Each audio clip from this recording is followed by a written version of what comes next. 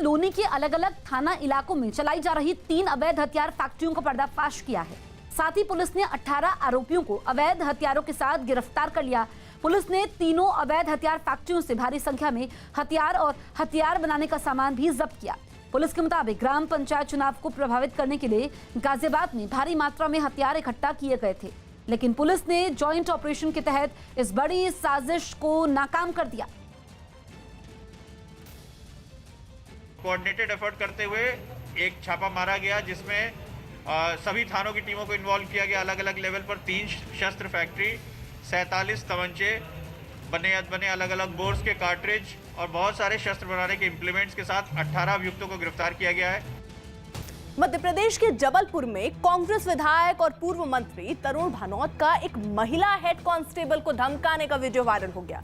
बताया गया कि एक दिन पहले महिला पुलिसकर्मी इलाके में बिना मास्क लगाए घूम रहे लोगों का चालान कर रही थी और इस बारे में किसी ने तरुण भानोत से शिकायत कर दी और वो मौके पर पहुंच गए, जहां उनकी और हेड कांस्टेबल के बीच बहस होती नजर आई। गलती तो हम लोग कर नहीं रहे, जो ड्यूटी है सरकार की वही कर रहे हैं। बात इतनी बढ़ गई कि कांग्रेस विधायक ने थाने में फोन मिलाकर महिला पुलिसकर्मी की शिकायत ही कर दी। पकड़ सबके चालान कर रही है, महिलाओं को आपने खड़ा कर दिया, ये तीनों का सस्पेंड नहीं होगी ना, मैं तुम्हारी शिकायत कर दूंगा उठा के। हालांकि इसके बाद तरुण भानोत वहां से जाने लगे, लेकिन जाते जाते भी उनके और महिला पुलिसकर्मी के बीच तू मैं बंद नहीं हुई। एक महिला को डांट रहे आप, चुप रहिए आप भी, मैं आपकी रिपोर्ट डाल दे रही हूं। रिपोर्ट डालेगी मेरी। वीडियो में तरुण भानोत ये आरोप लगाते भी सुनाई दिए कि पुलिस चालान करने में भेदभाव कर रही है। इस दौरान वीडियो में पुलिस के साथ बीजेपी का गमछा डाले एक शख्स भी खड़ा हुआ नजर आया। गरीब आदमी सबका चालान करोगे, बड़े लोगों को नहीं पकड़ोगे। वीडियो वायरल होने के बाद तरुण भानोत से जब सफाई मांगी गई तो उन्होंने फिर दोहराया कि पुलिस ने पैसे लेकर कुछ लोगों को आराम से निकलने दिया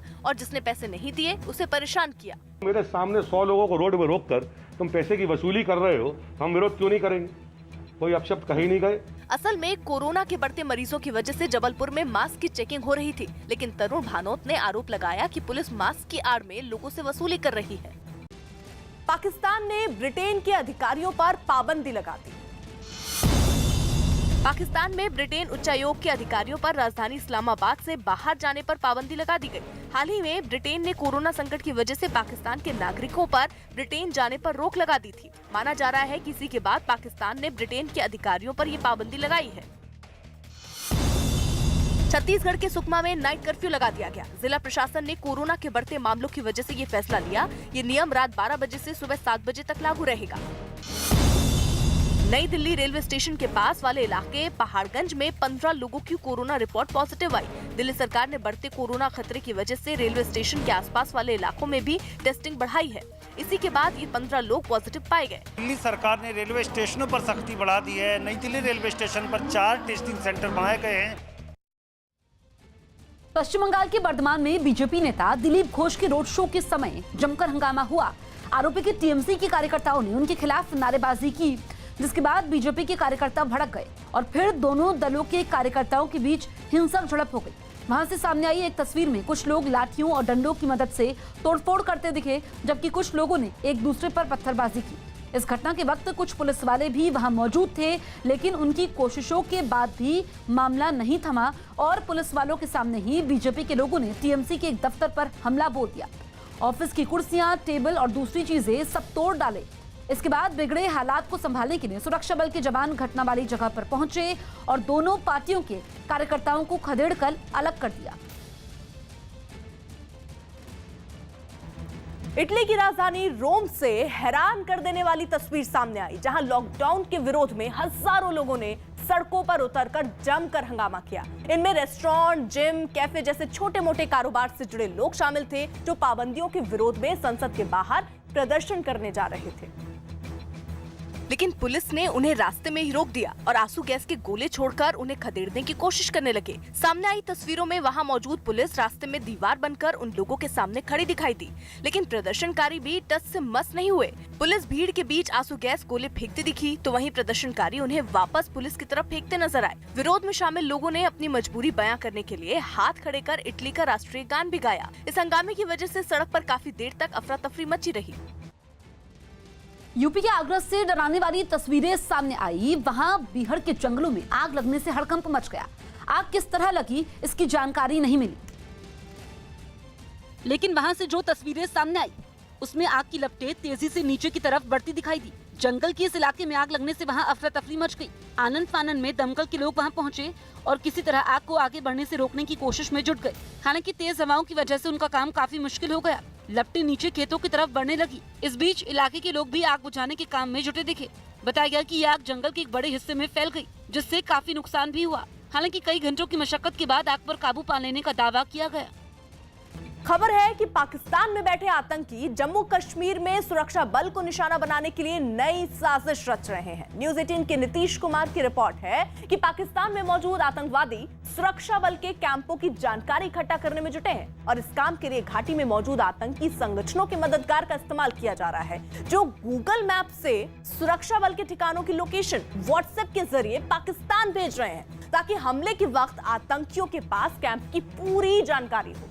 इस साजिश का पर्दाफाश पाकिस्तान में बैठे आतंकियों और घाटी में मौजूद उनके मददगारों की बातचीत से हुआ, जिसके बाद सुरक्षा बल के कैंपों की निगरानी और बढ़ा दी गई। आज बैसाखी मेष संक्रांति के मौके पर हरिद्वार महाकुंभ का तीसरा शाही स्नान होगा। 13 अखाड़ों के साधु संत इस स्नान में हिस्सा लेंगे। सुबह 10:15 बजे से शाम 5:30 बजे तक स्नान का समय तय है। साधु संत मेला प्रशासन की तरफ से जारी 20 बिंदुओं वाली गाइडलाइंस के मुताबिक स्नान किया जा सकेगा। प्रशासन ने कोरोना से बचाव के नियमों का भी सख्ती से पालन करवाने का दावा किया है। आज के शाही स्नान में सबसे पहले निरंजनी अखाड़ा और सबसे अंत में श्री निर्मल अखाड़ा स्नान करेगा। सबसे पहले पंचायती श्री निरंजनी अखाड़ा स्नान के लिए निकलेगा। शंकराचार्य चौक से चंडीघाट होते हुए साधु संत अपनी भव्य शोभा यात्रा के साथ सीधे हर की पैड़ी के ब्रह्मकुंड में पहुंचेंगे, जहां सबसे पहले मां गंगा की आरती करेंगे और इसके बाद स्नान का सिलसिला शुरू होगा। हर अखाड़े को स्नान के लिए तकरीबन 20 से 30 मिनट का समय दिया गया है। बंगाल की चुनावी रैलियों में प्रधानमंत्री नरेंद्र मोदी का दीदी ओ दीदी डायलॉग जो है वो काफी चर्चा में है। पीएम के इस अंदाज पर कई बच्चे वीडियो भी बना चुके हैं। बच्चों के इन वीडियो का जिक्र खुद प्रधानमंत्री ने एक दिन पहले उत्तर 24 परगना की चुनावी रैली में किया और बताया कि उन्हें भी कई लोग व्हाट्सएप पर बच्चों की वीडियो भेज चुके हैं। मोबाइल पर अपनी वीडियो बना करके रखी हुई है बच्चों ने, और क्या बोल रहे हैं बच्चे? दीदी ओ दीदी। जिन बच्चों की वीडियो का जिक्र प्रधानमंत्री ने किया वो बहुत तेजी से सोशल मीडिया पर फैल रहे हैं। दीदी ओ दीदी, दीदी ओ दीदी, दीदी ओ दीदी। हालांकि इस चुनावी रैली में पीएम ने उसी अंदाज में ममता बनर्जी पर कई हमले किए। मैं जब ये बोल रहा हूँ ना दीदी ओ दीदी, उससे भी उनको गुस्सा आया। बताओ, दीदी और दीदी कहने पर ममता बनर्जी के गुस्से का जिक्र करते हुए प्रधानमंत्री ने उसे ममता बनर्जी की बौखलाहट करार दिया। सरकार कोरोना के खिलाफ चल रही जंग को कमजोर नहीं पड़ने देना चाहती, लिहाजा भारत विदेशों में बनी वैक्सीन को आयात करेगा। न्यूज़ 18 के रवि सिंह की रिपोर्ट है कि वैक्सीनेशन के अभियान में तेजी लाने के लिए विदेशों में बनी वैक्सीन को आयात करके उसका इस्तेमाल किया जाएगा। National expert group of vaccination administration for कोविड-19 की बैठक में ये तय हुआ है। विदेशों में बनी जिस वैक्सीन को अलग अलग देशों में इस्तेमाल की मंजूरी मिल चुकी है, उनका भारत में आयात किया जाएगा और आयात करने के बाद पहले केवल 100 लोगों को वो वैक्सीन लगाई जाएगी, फिर 7 दिनों तक उन लोगों की निगरानी की जाएगी। उसके बाद उन वैक्सीन को वैक्सीनेशन अभियान में शामिल किया जाएगा। फाइजर इसमें आते हैं, मॉडर्ना इसमें आते हैं, जॉनसन एंड जॉनसन इसमें आते हैं, जो इन कंडीशंस को पूरा करते हैं। फिरोजाबाद में आग से लाखों का सामान जलकर राख हो गया। यूपी के फिरोजाबाद में कांच के गोदाम में भीषण आग लग गई। आग इतनी भीषण थी कि इसे काबू करने के लिए दमकल कर्मियों को घंटों तक मशक्कत करनी पड़ी। वहीं आग की वजह से गोदाम में रखा लाखों का सामान जलकर राख हो गया। अभी लगभग 1 घंटा हो गया, कंट्रोल में बुझा दी गई। पटना में एटीएस ने छापेमारी के बाद नक्सलियों के कई ठिकानों का पर्दाफाश किया। इन ठिकानों पर नक्सली आधुनिक हथियार बना रहे थे। एटीएस ने इन जगहों से hand grenade, detonator, grenade fuse का ढांचा और बड़ी संख्या में आधुनिक हथियारों से जुड़े सामान बरामद किए। बिहार के भागलपुर में लोहा पुल के पास ट्रेन को रोककर यात्रियों से लूटपाट की गई। आरोप है कि हथियारबंद बदमाशों ने करीब 20 मिनट तक ट्रेन की 2 बोगियों में यात्रियों से लूटपाट की और विरोध करने पर यात्रियों को पीटा। वसूली कांड में महाराष्ट्र के पूर्व गृह मंत्री अनिल देशमुख से आज सीबीआई पूछताछ करेगी। मुंबई के पूर्व पुलिस कमिश्नर परमवीर सिंह के आरोपों की जांच के समय ये पूछताछ होगी। दक्षिण अफ्रीका और पाकिस्तान के बीच आज शाम 6 बजे T20 सीरीज का तीसरा मुकाबला खेला जाएगा। 4 मैचों की ये सीरीज अभी 1-1 की बराबरी पर है। आईपीएल में आज शाम 7:30 बजे सनराइजर्स हैदराबाद और रॉयल चैलेंजर्स बेंगलोर के बीच मुकाबला होगा। इससे पहले बेंगलोर को अपने पहले मैच में जीत हासिल हुई थी, जबकि हैदराबाद को हार का सामना करना पड़ा था। चेन्नई के चेपॉक स्टेडियम में खेले गए आईपीएल के एक बेहद रोमांचक मुकाबले में मुंबई इंडियंस की टीम ने कोलकाता नाइट राइडर्स को 10 रन से हरा दिया। इस मुकाबले में मुंबई की टीम ने 152 रनों का सफलतापूर्वक बचाव किया और 10 रन से बाजी अपने नाम की। उत्तर प्रदेश और मध्य प्रदेश से कुछ इलाकों में आग फिर खेतों में खड़ी फसल पर कहर बनकर टूटी। 500 से भी ज्यादा एकड़ में तैनात हो चुकी गेहूं की फसल को आग ने जलाकर राख कर दिया, जिसकी पहली डराने वाली तस्वीर मध्य प्रदेश के सतना से सामने आई, जहां खेतों में लगी आग ने पल भर में पूरी फसल को जलाकर राख कर दिया। करीब 400 एकड़ में खड़ी गेहूं की फसल आग में धधकती दिखाई दी। चारों तरफ धुआं छा गया। वहां काम कर रहे लोग तो अपनी जान बचाकर भागते दिखाई दिए। और एक चिंता का विषय जरूर है कि अधिकांश जहां पर ये आगजनी हुई है ये बिजली के शॉर्ट सर्किट से हुई है। यूपी के शाहजहांपुर से भी ऐसी ही दहला देने वाली तस्वीरें सामने आई। वहां खेतों से आग की भीषण लपटें और काला धुआं आसमान की ओर उठता दिखाई दिया। आग इतनी खतरनाक थी कि कोई भी उसके पास तक जाने की हिम्मत नहीं जुटा पाया। करीब 30 बीघा में तैयार हो चुकी फसल चंद सेकंड्स में राख हो गई। कुछ यही हाल मथुरा का भी दिखा। वहां भी करीब 10 बीघा गेहूं की फसल आग की भेंट चढ़ गई। किसानों ने किसी तरह आग बुझाने की कोशिश भी की, लेकिन वो नाकाम रहे। जनता ने रोकने की बहुत कोशिश करी है। अब जे चाहते भाई कुछ सुनाई हो आगे। इस समय देश के ज्यादातर इलाकों में गेहूं की फसल पककर तैयार हो चुकी है और ऐसे हादसों ने किसानों को बड़ी चिंता में डाल दिया है। पश्चिम बंगाल के आसनसोल में चुनाव प्रचार के समय एमआईएम प्रमुख असदुद्दीन ओवैसी अपने समर्थकों के बीच में फंस गए। आसनसोल में 26 अप्रैल को 7वें चरण में विधानसभा चुनाव के लिए वोटिंग होगी और इसीलिए वो अपने पार्टी उम्मीदवार के लिए वहां प्रचार करने पहुंचे थे। लेकिन जब भाषण के बाद वो मंच से उतरने लगे तो उनके समर्थकों ने उन्हें चारों तरफ से घेर लिया। ये सभी लोग उनके साथ सेल्फी लेने की कोशिश करते दिखाई दिए।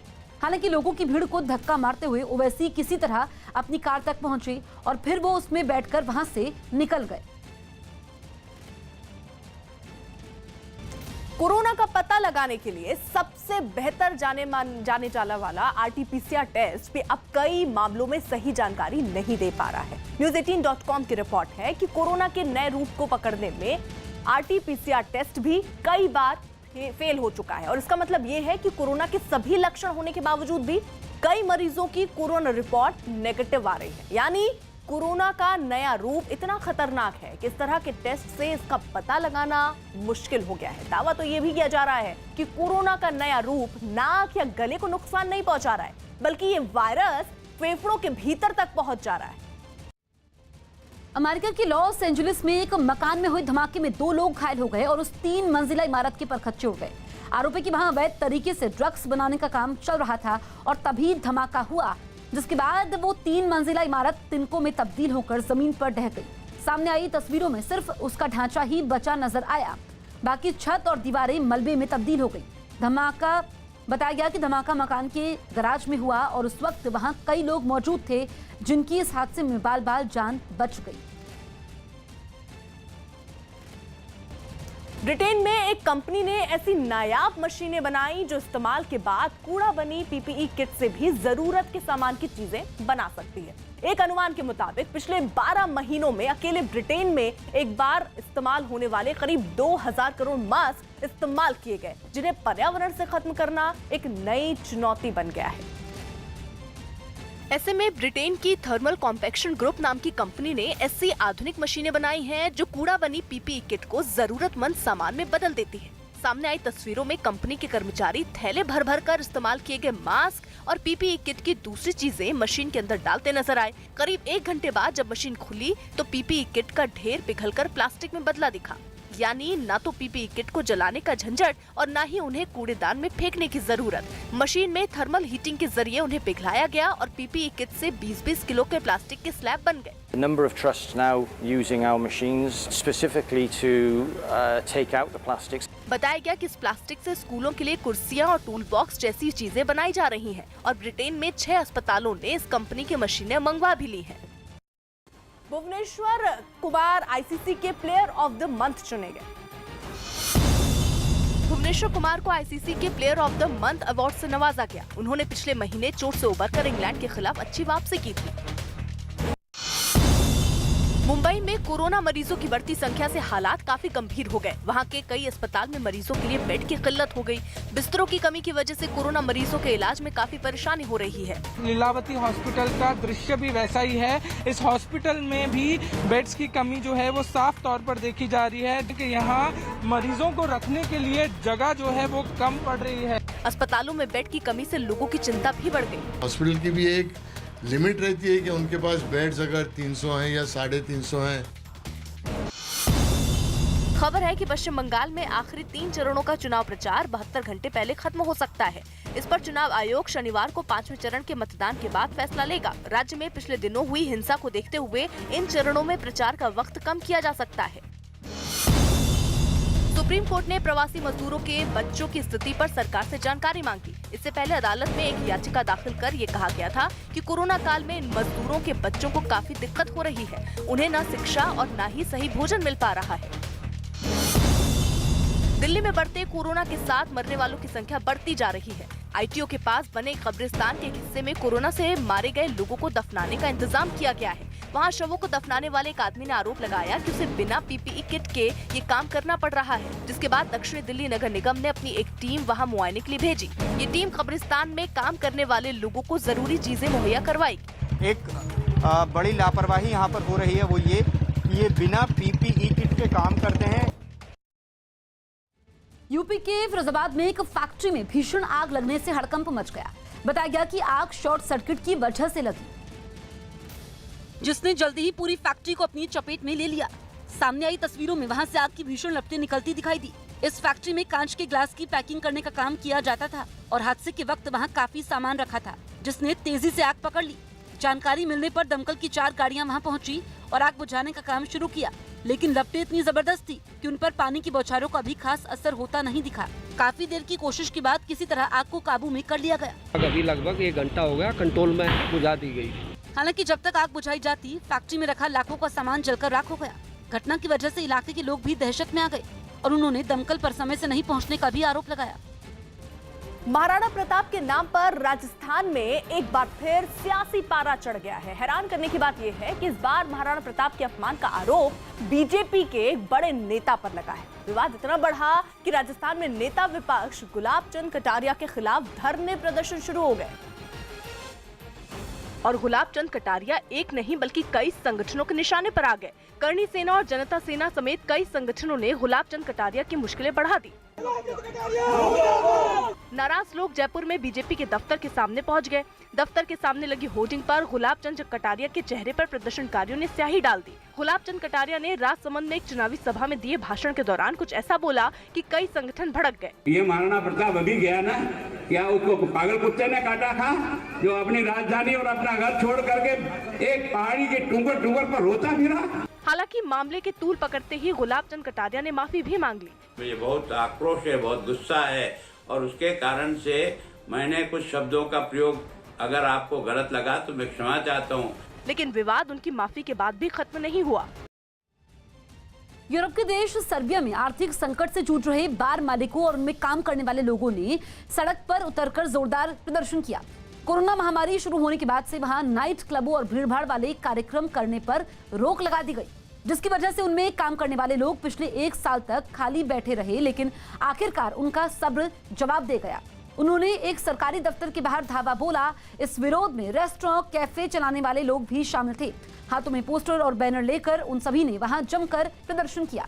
हालांकि पिछले हफ्ते वहां कई पाबंदियों को हटा लिया गया, लेकिन लोगों ने आरोप लगाया कि 1 साल तक उनके पास काम नहीं रहा और ये ढील उनके लिए काफी नहीं है। लोगों ने सरकार से उनकी मदद करने की भी अपील की। इंग्लैंड में बीते 3 महीने से लगे लॉकडाउन में ढील मिलने का जश्न मनाने के लिए रेस्टोरेंट और पब में लोगों की भीड़ उमड़ पड़ी। वहां सरकार ने कोरोना नियमों के तहत फिर से बाजारों और खाने पीने की जगहों को खोलने की मंजूरी दे दी, जिसके बाद लंबे वक्त से घरों में कैद लोग बाहर निकल पड़े और इसका जश्न मनाने लगे। राजधानी लंदन से सामने आई तस्वीरों में कुछ नौजवान नाचते नजर आए। थोड़ी ही सही, लेकिन पाबंदियों से मिली निजात उनके लिए बड़ी खुशी बनकर आई और इसलिए उन्होंने इसका जमकर जश्न मनाया। एक तस्वीर में लोग अपने परिवार और दोस्तों के साथ बैठकर खाने पीने का मजा लेते दिखे, तो वहीं कुछ लोग सड़कों पर घूमते फिरते नजर आए। Well, it's good. It's great fun to kind of meet people, but obviously it's nice to kind of see people having a laugh. Lockdown में ढील देने के बावजूद वहाँ कोरोना का खतरा अभी भी बरकरार है और यही वजह है कि लोग बार रेस्टोरेंट के बाहर बैठकर ही खाने पीने का मजा ले सकते हैं। We start something off, we get into a momentum and then we stop again. It's the stop-start issue. हालांकि जश्न और खुशी के इस माहौल में लोगों ने कोरोना नियमों को दरकिनार कर दिया। तस्वीरों में साफ दिखा कि वहाँ ज्यादातर लोगों ने न तो सोशल डिस्टेंसिंग का ख्याल रखा और न ही मास्क पहनना जरूरी समझा। जॉनसन एंड जॉनसन की वैक्सीन पर अमेरिका में रोक लग गई। अमेरिका ने जॉनसन एंड जॉनसन की वैक्सीन पर फिलहाल रोक लगा दी। इस वैक्सीन से खून के थक्के जमने की शिकायत आई थी, इसी के बाद ये रोक लगाई गई। बीजेपी अध्यक्ष जेपी नड्डा बंगाल के पूर्व वर्धमान पहुंचे, जहां उन्होंने खंडा घोष विधानसभा क्षेत्र में रोड शो किया। बंगाल बदलाव की ओर चल पड़ा है, कमल खिलाने निकल पड़ा है। राजधानी के उत्तरी, दक्षिणी, मध्य और पश्चिमी दिल्ली के इलाकों में सुबह से पानी की किल्लत रहेगी। दिल्ली जल बोर्ड ने हरियाणा से आ रहे पानी में अमोनिया की मात्रा बढ़ने और पानी की कम सप्लाई को इसकी वजह बताया। पानी को लेकर एक बेहद चिंताजनक स्थिति हरियाणा की वजह से उत्पन्न होती नजर आ रही है। जम्मू कश्मीर के हंदवाड़ा से सुरक्षा बल ने आतंकियों की मदद के आरोप में 2 लोगों को पकड़ा। गिरफ्त में आए इन आरोपियों के पास से कुछ हथियार भी बरामद किए गए। हरियाणा के करनाल में खफा किसानों ने हाईवे पर जैम लगा दिया। किसान मंडी में गेहूं की खरीद पर होने वाली दिक्कतों से खफा थे, जिसके बाद उन्होंने हाईवे पर जैम लगा दिया और धरने पर बैठ गए। किसानों ने मंडी में ठीक इंतजाम न होने का आरोप लगाया। किसानों के मुताबिक बद इंतजामी की वजह से वो गेहूं खरीद में दिक्कतें आ रही हैं, जिसका खामियाजा उन्हें भुगतना पड़ रहा है। हालांकि खफा किसानों को अधिकारियों ने समझाने की काफी कोशिश की, लेकिन वो नहीं माने और धरने पर अड़े रहे। मुंबई में सुशांत सिंह राजपूत ड्रग्स केस की छानबीन कर रही एनसीबी की टीम ने ड्रग्स तस्करी के लिए हिटलर की एक किताब का इस्तेमाल होने का पर्दाफाश किया। न्यूज़ 18 के दिवाकर सिंह की रिपोर्ट है कि एक दिन पहले गिरफ्तार किए गए 2 ड्रग तस्करों की निशानदेही पर एनसीबी ने छापेमारी की और ये कार्रवाई मुंबई के मलाड, परेल और सांता क्रूज इलाके में की गई, जिसमें एनसीबी की टीम ने बड़ी मात्रा में ड्रग्स की खेप बरामद की। आरोपियों पर निशानदेही पर सांता क्रूज के एक कुरियर कंपनी में भी छापा मारा गया, जहां हिटलर की एक किताब से एलएसडी की 80 गोलियां मिली, जिसे ज्यादातर कम उम्र के लोग नशा करने के लिए खरीदते हैं। इसके अलावा छानबीन में एनसीबी को इस केस के तार दुबई से जुड़ने के सुराग भी हाथ लगे हैं। खुद को आइसोलेट किया। यूपी के सीएम योगी आदित्यनाथ ने खुद को सबसे अलग कर लिया। सीएम ने ट्वीट कर बताया कि उनके कार्यकाल के कुछ अधिकारियों की कोरोना रिपोर्ट पॉजिटिव आई और इसी के बाद उन्होंने ये कदम उठाया। सूरत से बिहार और झारखंड के कुछ लोग बस के जरिए अपने गांव को लौटने लगे हैं। इन्हें बढ़ते कोरोना खतरे की वजह से लॉकडाउन का डर सता रहा है। लोगों को ऐसा लगता है कि भाई लॉकडाउन लगेगा, इसके कारण लोग अपने गांव जाना चाहते हैं। गोवा फॉरवर्ड पार्टी राज्य में एनडीए से अलग हो गई। हालांकि इससे वहां बीजेपी सरकार को कोई खतरा नहीं है, क्योंकि 40 सदस्यों वाली विधानसभा में अभी भी उसके पास 29 विधायक हैं, जबकि गोवा फॉरवर्ड पार्टी के सिर्फ 3 विधायक हैं। इन सब के बीच गोवा फॉरवर्ड पार्टी के कांग्रेस से हाथ मिलाने के संकेत मिले हैं। हम एनडीए से बाहर आने का फैसला लिया है। नीति आयोग के सदस्य वीके पॉल ने कोरोना मरीजों को वैक्सीन लगाने पर सरकार का पक्ष रखा। उन्होंने बताया कि अगर किसी को टीके की पहली डोज लगवाने के बाद कोरोना हो जाए तो वो ठीक होने के 12 हफ्ते बाद दूसरी डोज ले सकता है। कोविड होने वाले व्यक्तियों को भी वैक्सीन लगाना चाहिए, ये हमारे गाइडलाइन में बिल्कुल क्लियर है। नारकोटिक्स के केस में कतर की जेल में बंद पति पत्नी ओनीबा और शरीक बाइज्जत बरी होने के बाद अपनी बच्ची के साथ आज भारत लौट रहे हैं। उनकी बच्ची का जन्म कतर की जेल में हुआ था। दोनों को कतर की सुप्रीम कोर्ट ने बरी किया, जिसके बाद वो अब कतर से मुंबई लौट रहे हैं। भारत में पीएम दफ्तर की पहल पर इन दोनों की बेगुनाही के तमाम दस्तावेज कतर सरकार से साझा किए गए, जिसके बाद उन्हें जेल से रिहाई मिली। कुछ रिकॉर्डिंग्स मिली, कुछ ऐसी एविडेंसेस, टेक्निकल एविडेंसेस मिली, जिससे प्रूव हुआ कि कहीं ना कहीं ये कपल इनोसेंट था और इन्हें ल्यूर करके यहाँ से भेजा गया और इनके बैग में ड्रग्स था, उस चीज़ की जानकारी इन्हें नहीं थी। पहले उनकी अपील एक्सेप्ट की गई। उनकी अपील एक्सेप्ट होने के बाद ट्रायल कोर्ट ने उन्हें बाइज्जत बरी किया। उन्हें 29 मार्च को अक्विटल हुआ कतर से, कतर की कोर्ट ने डिसीजन दिया। प्रेजेंटली वो डिपोर्टेशन प्रोसेस में है। ओनिबा और शरीक की बेगुनाही साबित करने में नारकोटिक्स ब्यूरो को 2 साल का समय लग गया। इससे पहले जुलाई 2019 में दोनों को हनीमून पैकेज के नाम पर कतर भेजा गया और धोखे से उनके बैग में ड्रग्स रख दी गई थी। कतर एयरपोर्ट पहुंचने पर उन्हें ड्रग्स के साथ गिरफ्तार कर लिया गया। कतर की कोर्ट ने उन्हें 10 साल की सजा सुनाई और जुर्माना भी लगाया था। इसके बाद ओनिबा और शरीक के परिवार ने भारत में नारकोटिक्स कंट्रोल ब्यूरो यानी एनसीबी का दरवाजा खटखटाया। एनसीबी ने जांच में एक बड़े ड्रग्स रैकेट का पर्दाफाश किया। साथ ही ओनिबा और शरीक को फंसाए जाने का भी पता चल पाया। इसके बाद विदेश मंत्रालय ने कतर की सरकार से बातचीत की। कतर की कोर्ट ने नारकोटिक्स कंट्रोल ब्यूरो की जांच को सही माना और 29 मार्च 2021 को दोनों को बाइज्जत बरी कर दिया। महाराष्ट्र में एक महिला को ऑटो में ऑक्सीजन देना पड़ा। महाराष्ट्र के सतारा में एक बीमार महिला को ऑटो में बैठाकर ऑक्सीजन दी गई। दावा किया गया कि वहां के सरकारी अस्पताल में बिस्तर नहीं मिला, जिसकी वजह से ये बुजुर्ग महिला करीब 2 घंटे तक इसी तरह अस्पताल के बाहर ऑटो में बैठी रही। बाद में बिस्तर खाली होने पर महिला को भर्ती किया गया। यूपी में बढ़ते कोरोना के मामले पर इलाहाबाद हाईकोर्ट में सुनवाई हुई। इस दौरान कोर्ट ने निर्देश दिया कि राज्य सरकार कोरोना प्रभावित शहरों में लॉकडाउन लगाने पर विचार करे। इसके अलावा खुले मैदानों में कुछ वक्त के लिए अस्पताल बनाकर मरीजों का इलाज करने के निर्देश भी दिए गए।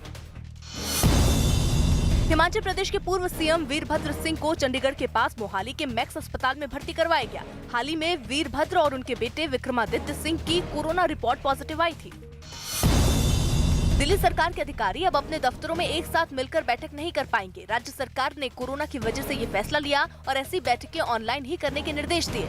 हालांकि कोरोना अदालत और दूसरे कुछ जरूरी मामले पर बात करने के लिए वो दफ्तरों में मिलकर बैठक कर सकते हैं।